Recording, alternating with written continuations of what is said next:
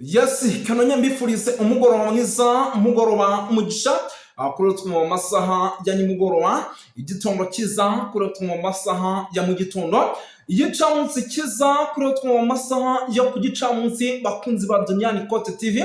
Nta kindi tugarutse muri rero nyamuneka, ni icyitwa makuru, ni icyitwa imiripuko, ni mu gihugu rwose cy'i Burundi tuba tugarutse kugira ngo tubabwire uko situation ihagaze.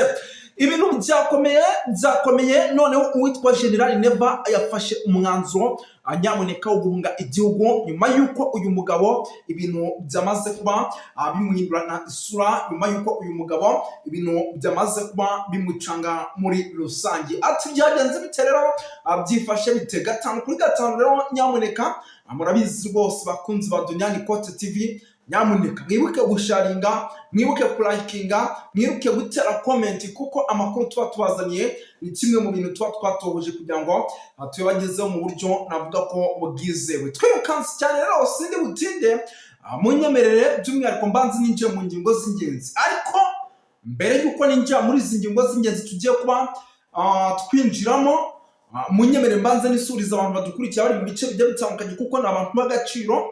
Badukurikira rero bari mu gihugu cy'u Rwanda, ariko kandi badukurikira bari mu gihugu cy'u Burundi, abadukurikira bari mu gihugu cy'u Burundi mu bice byo muri Kolini, Mujejo, Kolini, Murangara, Kolini, Yatungo ndetse na za Kinazi n'ahandi hagiye hatandukanye. Tubaye ikaze mu gisagara cya Bujumbura, ariko kandi na za Gitega, bari Kenya, bari Tanzania, bari Malawi, South Africa, bari na za Uganda.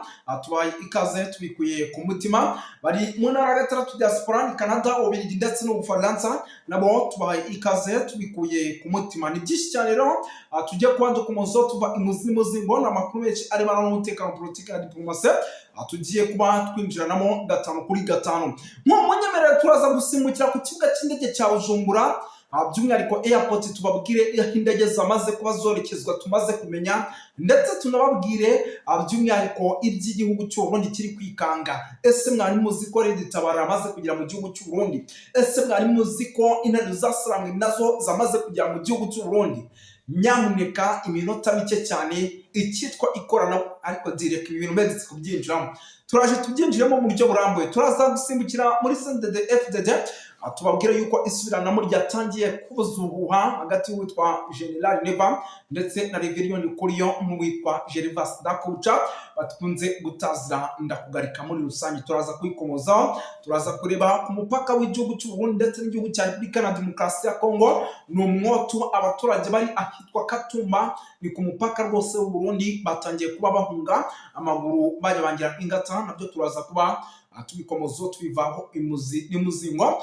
Turaza gusimbukira mu bice bya hano rwose muri Cibitoke, tubabwire iby'ingabo nyinshi cyane zirimo ziragenda ziyakusanyirizwa. Izi ngabo zikaba zigiye kuba zakerekeza mu bice bigiye bitandukanye, ngira ngo nabyo turaza kuba tubikomozaho, tubabwire uko byifashe.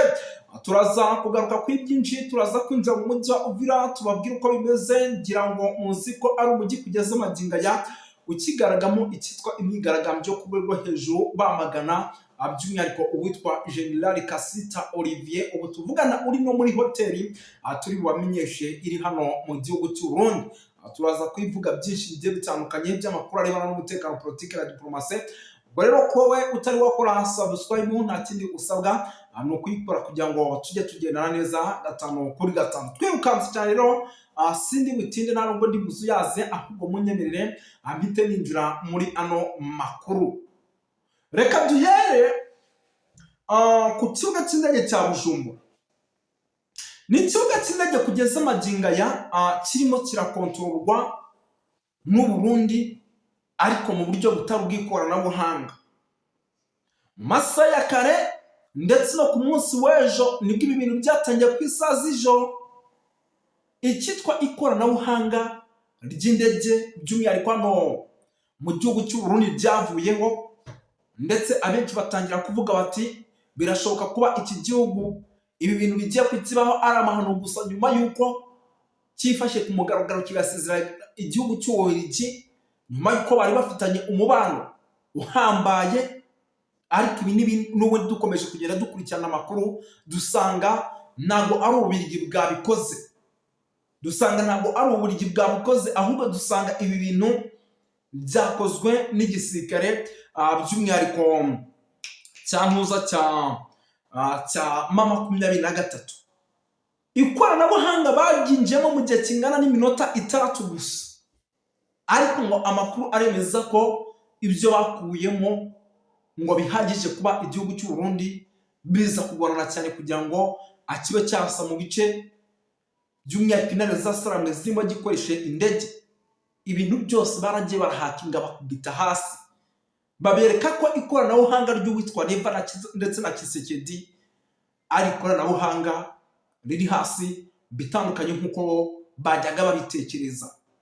Ni ukuvuga ngo rero ubu tuvugana ku kibuga cy'indege cya Bujumbura na n'ubu nta ndege yemerewe guhaguruka ngiye kurasa mu bice byo ku butaka bwa Repubulika ya Demokarasi ya Kongo. Uyu munsi imirwano yiriwe mu bice bya za Runingo, yiriwe mu bice bya za Kawezi, yiriwe mu bice bya za Useni, yiriwe mu bice bya Sogo, ariko nta ndege n'imwe ishobora kujya gutanga umusada ku front line cyangwa se ku mirongo y'imbere ku rugamba. Ariko impamvu yose turayizi, nuko igihugu cy'u Burundi nyamuneka byamaze kuba rigicanga ikoranabuhanga ryabo bakaryinjiramo bakarihakinga. Ibi si byo gusa bikomeje kugenda bivugwa, mu nyamere mbabwire yuko ubu tuvugana byanatumye CNDD-FDD bwongera kubura gica. Iri ni ishyaka riri ku butegetsi yoboye mu gihugu cy'u Burundi byiteguye gutanga umukandida urongera kumanika igikombe cyangwa se urongera kubona intsinzi nyuma y'imyaka 2 iyazo. Ni ukuvuga ngo rero iyi shyaka ryatangiye kugenda risubiranamo. Uwitwa Gervas Ndako uca bakunze gutaza ndakugarika ati ibi byose byishe inyuma ya General Neva n'ushaka gutuma abaturage mu gihugu cy'u Burundi bongera guhunga, kuko abasesenguzi mu bya politike n'abakurikirana hafi politike y'ibihugu byombi bavuga yuko mu gihe umujyi wa Uvira wabuvuyemo n'igihugu cy'u Burundi bagomba kukirasa, kandi nibaramuka bakirashe nyamuneka nta miyaga bazagishyiriramo. Ibyo byose rero wabishyira mu gatebo, wareba ugasanga ni bimwe mu bintu navuga ko bishobora kuza guteza ikibazo gikomeye cyane mu gihugu cy'u Burundi, ugasanga ni bimwe mu bintu bishobora kuza guteza akaga gakomeye cyane mu gihugu cy'u Burundi. Andi makuru akomeje kugenda atugeraho atariho ivumbi, nuko ubu tuvugana mu bice by'umwihariko bya za Cibitoke naho hakomeje gutegurirwa ingabo. Amakuru rero nimo ndakira izi ngabo ngo zimo zirategurwa ngo n'ubundi zikaba ari ingabo zigomba kuza gukomeza kuguma mu gihugu cy'u Burundi ndetse zigacunga cyane iki gihugu cy'u Burundi. Hari ubwoba bwinshi nyamuneka, kandi igihugu gishobora kuza guhura n'ibyago bikomeye cyane. Izi ngabo rero ntimugire ngo hari ikindi, nyamuneka ni ukuza gucunga cyane kugira ngo igihe hashobora kubaho ibitero hagati ku mpande zombi baze kuba babikumira, babisubize inyuma muri rusange. Gato cyane tugaruke hano i Bujumbura. Hoteli imwe mu nkuru hano i Bujumbura namaze kumenya amakuru yuko ariyo iriho uwitwa Gasita Olivier. Uyu nguyu nawe akaba yamaze gukanira akavuga ati njyewe banyohereje kuyobora urugamba, gute wazalendo zishobora gutuma nayobora urugamba? Abasirikare b'igihugu twe nka FARDC twaba tudafite ijambo. Ibi byose arimo arabivuga, ari nako ahamagara muri etat major y'igisirikare cya Repubulika ya Demokarasi ya Kongo ababwira ati nyamara hano ntabwo bimeze neza.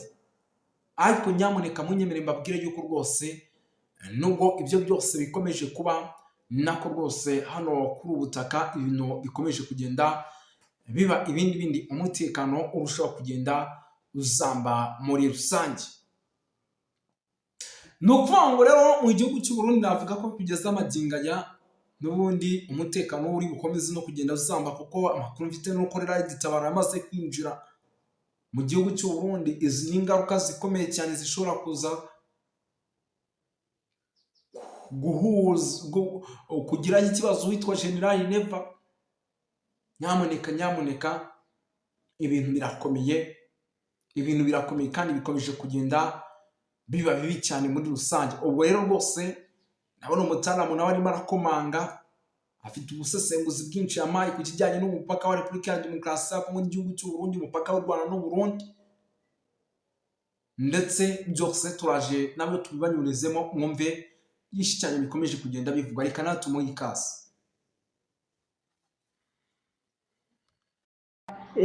Twavuze byinshi ku bijyanye na politike zikorwa z'ibihugu. Turavuga iyo igihugu kidafite politike nziza, abakiyobora batababaye abanyagihugu, badashobora kwetablisa ibyo bita ordre kuri teritware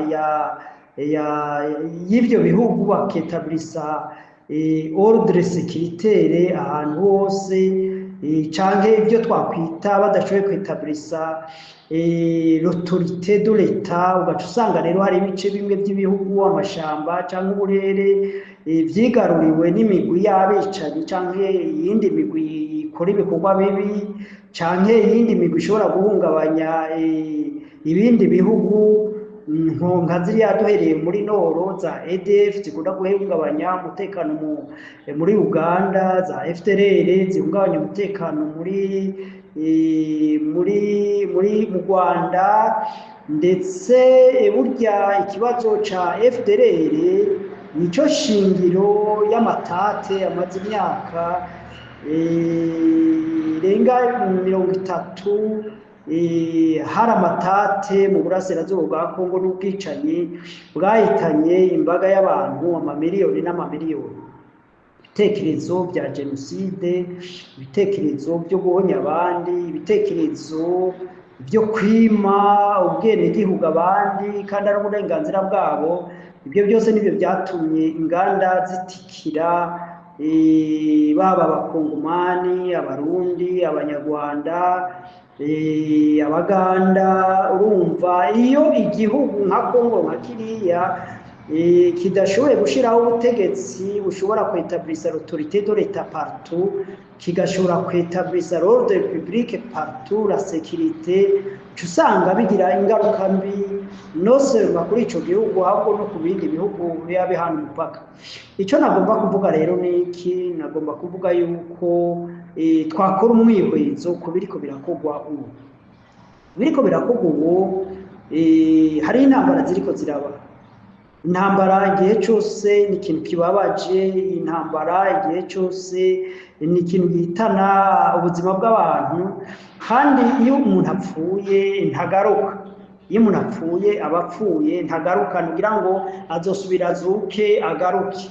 Cyo gituma burya ubuzima bw'umuntu ni katihabwa, nta ugomba kugambura ubundi, nta n'umuntu yagomba kugira any justification yo kuba yawukwambura ubuzima bw'umuntu. Ariko rero ku nyungu z'abantu bakeya, urashobora gusanga mu isi hariho intambara zigahitana ubuzima bw'abantu benshi, ndetse ubuzima bw'abantu badafite n'inyungu muri ibyo bintu biba biriko biraba. Nibyo rero bimaze imyaka myinshi kuva kuri independance biba mu bihugu biri mu karere k'ibiyaga bigari. Rero igitekerezo gihari, mbega umuti urashoboka yuko muri ibi bihugu by'ibiyaga binini umutekano ushobora kugaruka, amahoro akongera akabituze nk'uko mu bindi bihugu bimaze imyaka myinshi biri mu mahoro? Nico kibazo twakwibaza. Hari intambara rero ziriko ziraba. Izo ntambara zihuza coalition iri nyuma ya guverinoma ya Kongo, aribwo Burundi, Wazalendo, imigwi y'abamercenaires n'ibindi bihugu byoba bishigikiye leta ya Kongo mwibanga. Ari bya bihugu bya SADC byari bifatikanije nabo mu ntambara yabereye Goma na Bukavu zigatsindwa, bashobora kuba baragiye, ariko ibihugu byabo bikabandanya bishigikira mu buryo bw'ibikoresho cyangwa bw'amafaranga. Ku ruhande rwa AFC/M23 u Rwanda rushigwa mu majwi, hanyuma yenda n'ibindi bihugu nabyo, ko burya abantu bose muri politike bagira abagenzi, bidashobora kuba byigaragaza. Izo ntambara rero ziriko zihuza izo bloke zibiri. Twaravuze impinduka zabaye, hariyongeyemo abamercenaires b'Abakolombiya n'abandi. Rero burya mu intambara ihari dushobora kumenya abashigikiye uruhande bose n'abashigikiye uruhande bose. Hanyuma turabona yuko ibiganiro bya Washington na Doha byashoboye kurarantisa ubukana bw'intambara nuko AFC M23 itashishikaye yigarurira ibice nubwo habandanije habe gusotorana. Rero mbega hari ibyizigiro, hari icizere, hari amahirwe twoha ibiganiro bya Washington. Reka tuvuge ko kandi ibiganiro bya Washington turashobora kubiha amahirwe kuko bavuga ngo uhagarike n'ingwa aravoma. États-Unis ni igihugu gikomeye gihambaye cyambere gifite igisirikare gikomeye ku isi, kivuga rikijana mu isi, kiri muri wa mugabane na bya bihugu by'abarongoye ordre mondiale hari uno munsi kuva inyuma y'intambara ya kabiri y'isi yose. Turabona ko États-Unis ariyo n'Uburayi aribo barongoye ibyo twakwita ordre mondiale. Nubwo abantu benshi badatahura ibyo tuvuga ibyo twakwita ordre mondiale, baba ari abantu bashobora guha amategeko ibindi bihugu, bashobora gutuma politike zabo n'ibikorwa bakora bishobora kumvirwa kurusha ko ikindi gihugu cyari cyo cyose cyovuga. Ayo n'amahirwe manini dushobora guhera ibiganiro bya Washington, kuko Washington Perezida Trump ashobora gukoresha igitinyiro ciwe agategeka leta ya Kongo na leta y'u Rwanda bakaba boshobora kumvikana. Ariko kandi mbega Trump twoshobora kumwizera turebye uko ariko arigenza mu matate y'Uburusiya na Ukraine cyangwa amatata ari hagati y'Abisirayeli n'Abarabu, dushobora kugira icizere yuko Trump ahari ashobora kugira icyo ahinduye ku byo twakwita la politique americaine mu bindi bihugu, canke ko biminduka ku bijanye na ordre mondiale, kuko twabwiye ko Amerika n'Uburayi ari byo biri imbere mu kuyobora ibihugu byo ku isi. Reka dufate iyo scenario ya mbere yuko bishoboka yuko Amerika ishobora gukoresha igitinyiro cyayo igakorana n'u Rwanda na Kongo, maze amahoro akagaruka, amasezerano agashika kwako akagaruka. Na cyane cyane ko Amerika kuja muri ibyo biganiro igihe itumirwa na leta ya Kongo, Amerika ntabwo yaje ngo n'umutima mwiza ngo yifuza guhuza Amerika, yifuza guhuza Kongo n'u Rwanda, ahubwo nuko izigamwo inyungu. Kandi muri ibyo biganiro n'u Rwanda nabwo ruzigamwo inyungu. Kandi amahoro n'umutekano bigarutse, ibyo ari byo byose ibihugu byose byo mu karere byabonamo inyungu. Ibyo rero ni igitekerezo gishobora gutuma dushobora guha icizere kininiya ibiganiro bya Washington, ko ibiganiro bya Washington burya nibyo bidigita ibiganiro bya Doha. Nubwo abo bihuza batandukanye, ko urabona n'u Rwanda nubwo rutagaragara cyane canke Amerika, ariko Doha nabo nyene baba barimwo. Iyo leta ya Kongo na AFC M23 baganira Doha, n'u Rwanda ruba rufitemo intumwa, na Amerika n'ubumwe bwa Afurika, ubumwe bw'Uburayi, ibihugu byinshi babifisemo abarimo kugira ngo les facilitateurs.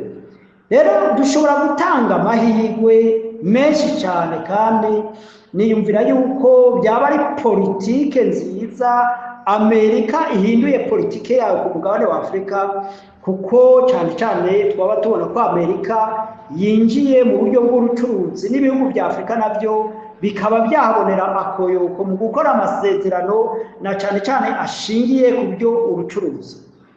Ariko ubucuruza gwa Amerika, amakampuni ya Amerika, amakampuni y'Uburayi, amakampuni y'ibindi bihugu niyo bashobora gukorera muri Kongo mu gihe hari indyane n'ubwicanyi n'imigwi ikora ibyigombye. Nicyo gituma rero buriya ikibazo cy'umutekano kigaruka naco, kuko arico kirasira gikingira inyungu z'ibyo bihugu biba byazanye investissement muri ico gihugu cyari igihugu ca Congo, igihugu cy'u Rwanda, igihugu cya Uganda, igihugu ca Tanzania, igihugu cy'u Burundi. Nabwo ko ibyo bihugu birimwo le potentiel ubutunzi bwinshi cyane, yaba ama petrole, yaba toutes sortes de minéraux, yaba iby'amazi, yaba ibintu byinshi cyane by'ubuhinzi n'ubworozi bishobora gukorekera muri aka karere, maze aka karere kagashobora kugaburira isi mu bintu byinshi. Nico gituma rero mubona ibihugu by'Iburayi, ibihugu bya Amerika, ibihugu by'Ubushinwa, ibihugu by'Uburusiya bitabyifuza gushingura ikirenge muri ibi bihugu by'ibiyaga bigari kubera birimo ubutunzi bwinshi. Reka duha amahirwe ibi biganiro. Senariyo igira kabiri, mu gihe ibiganiro bitokunda noneho akaba inzira yo gufata umuheto, ico gihe u Rwanda gobangaje, AFC/M23 yobangaje, Uganda yobangaje, n'ibindi bihugu nka Kenya n'ibindi bihugu tutabona tutazi byoshobora kuba angaje kuri iyo bloke kugira ngo vyempoze la sécurité kuri East Congo. Ivyo navyo harimo riske nini ya yuko Tshisekedi ashobora kubihumberamo n'intwaro yiwe igatembagazwa na burya na opposition ikomeye ihambaye y'abakatumbi, y'abafayuru, y'abakabira n'abandi benshi, imigwi ikomakomeye, imigwi za Katolika, amadini menshi amaze kugaragaza yuko adashigikiye politike ya Tshisekedi. Nico gituma ubona bamuhatira ibiganiro bihuza abakongomani bose. Nico gituma rero kuba ko Tshisekedi atofata ya mahirwe ya Washington n'u Rwanda ngo yabyaze umusaruro, akishingira yihambira kuri bya bitekerezo byo gutuza abanyarwanda bari mu burengerazuba bwa Kongo, bari yavuga ikinyarwanda, avuga igiswahili, bishobora kumuberamo umuzi w'umururazi n'ubutembagazi bwiwe n'intwaro yiwe igatembagara, kuko urumva hari ibihugu bikomakomeye bifite inyungu mu mahoro n'umutekano muri East Congo, na cyane cyane nababwiye ko politike z'ibyo bihugu byari biyoboye ordre mondiale biriko birahinduka, batakigomba gukorana n'abaperezida bari feke, abaperezida b'abanyantege nke, abaperezida badafite intwaro nziza, kuko nabo investissement zabo zija muri riske. Kuko iyo ugiye ko investissement atari umutekano, ahantu abategetsi bamunzwe na ruswa, ahantu hari ubwicanyi bw'uburyo bwose, urumva ivyo nibirasira ivyo twakwita la sécurité des affaires. Nico gituma ubona nubwo Kongo yari ngiye nk'isa n'iganira na Amerika gusa, noneho ngo baganire bagira imbaraga no z'uriko na AFC/M23 ndetse no kurwanya u Rwanda. Urabona ko Amerika itabyemeye, kuko babona ko u Rwanda rufite uruhara runiniya mu bijanye no gukingira la sécurité des investissements muri East Congo, muri Congo no mu karere, kuko murazi yuko n'ubundi u Rwanda rusanzwe rufite ikirere, rusanzwe rufite ikiraka kazi gikorwa cyo gukingira les investissements z'Uburayi, z'Ubufaransa, muri Mozambique, kandi bakabona yuko bakoze neza ibikorwa babishyize byo kurwanya abateroriste, n'ubu bagikomeje, bakabona yuko nico gituma babahaye imfashanyo yo kubandanya ivyo bikorwa. Ariko muri ya ntimukagire ngo ahanini n'umutekano w'abaturage witaweho, ahanini c'est la sécurité des investissements y'ivyo bihugu bikomeye. Ariko niyo bishitse nico kikiyongera yuko n'abanyagihugu nabo bakingirwa bakabona amahoro. Ivyo navyo ni drapo nziza ku gihugu cy'u Rwanda, ni igikorwa ciza mu makuru. Ico gituma rero Amerika itari kwemera diri hagati yayo na Kongo gusa, ikirengagiza u Rwanda, kuko u Rwanda rufite ibintu byinshi Amerika ibona vyofasha pour garantir les investissements zabo muri mu karere k'ibiyaga bigari muri East Africa. Nico gituma ngaho twogira kudosha pour u Rwanda politike yayo internationale, politike yayo mu bijyanye n'iby'umutekano, politike yayo mu bijyanye no gutunganya neza igihugu, ibyo twobaha kudosha kuko igituma bizigwa n'ibyo bihugu by'uburayi bya Amerika n'ibindi bihugu bikomakomeye by'Uburusiya n'Ubushinwa, ugasanga barahurira yuko u Rwanda rufite uruhara runiniya mu bijyanye n'uko ibihugu bikwiye kubana n'uko ibihugu bikwiye gukorana cyane cyane dans les affaires. Aho rero nicyo nagomba mvuga yuko twoha amahirwe Doha, tugaha amahirwe Washington, ariko twari tuvuze mu gihe byo failinga, turabona ko intwaro ya Tshisekedi ishobora kuvanwaho kandi n'intwaro y'u Burundi nayo nyene ishobora kugeremirwa nuko ibyo biganiro bitoshika ku ntego, kuko u Rwanda Burundi rusigaye bazariyeri y'intambara zibera muri East Congo, kandi Burundi bwaremeye officiellement burisinya yuko bwemere kubandanya izo ntambara. Nico gituma ruguma rungika y'abasirikare, ruguma rungika y'intwaro, ruguma rufatikanya na Congo mu bikorwa bibabaje cyane byo kwica abanyamurengari ya mu Minembwe, kwica abantu Uvira. Ibyo bintu rero birababaje kubona Burundi bwarahisemo nabi, bukaja inyuma bugashigikira abantu bashobora kurya abantu batabinyegeje, bariko barifata amafilime, bakemera gushigikira umuvumo w'abantu biyemeje gusesa amaraso y'abantu, babaziza ubwoko, babaziza uko baremwe. Ivyo bintu birababaje cyane kubona leta ya Ndayishimiye yahisemwo iyo nzira. Niyumvira rero yuko ibyo bintu bishobora kugira ingaruka mbi cyane mu gihe ibiganiro bya Doha, ibiganiro bya Washington bitonyuramo.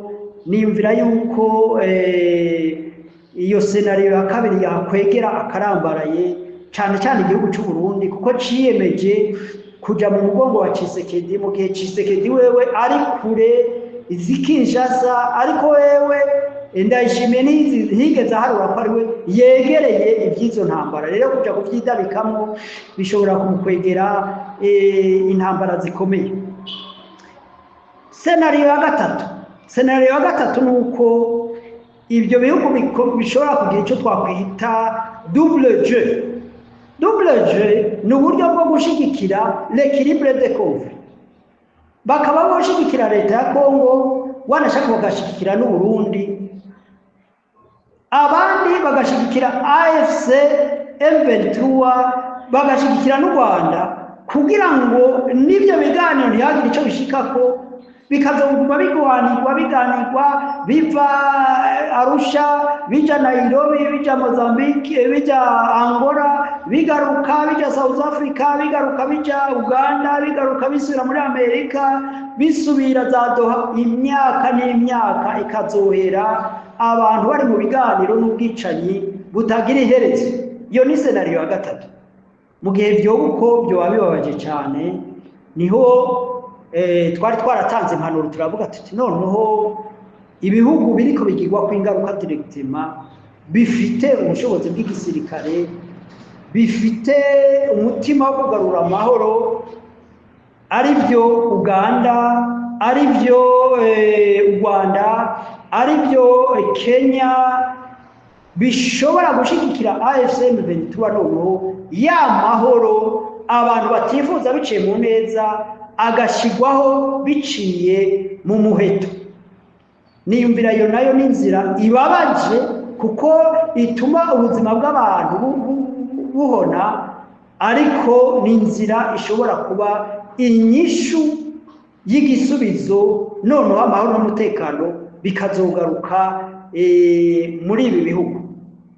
Nubwo bishobora ari inzira ishobora gufata igihe kirekire, kuko yenda huguma de resistance, haba ku ruhande rwa Burundi, haba ku Burundi, ku ruhande rwa Congo hugumamo de resistance, de poche de resistance za Wazalendo, enda n'igisirikare cya Congo coba catsinzwe, cya igisirikare cy'u Burundi coba catsinzwe, shora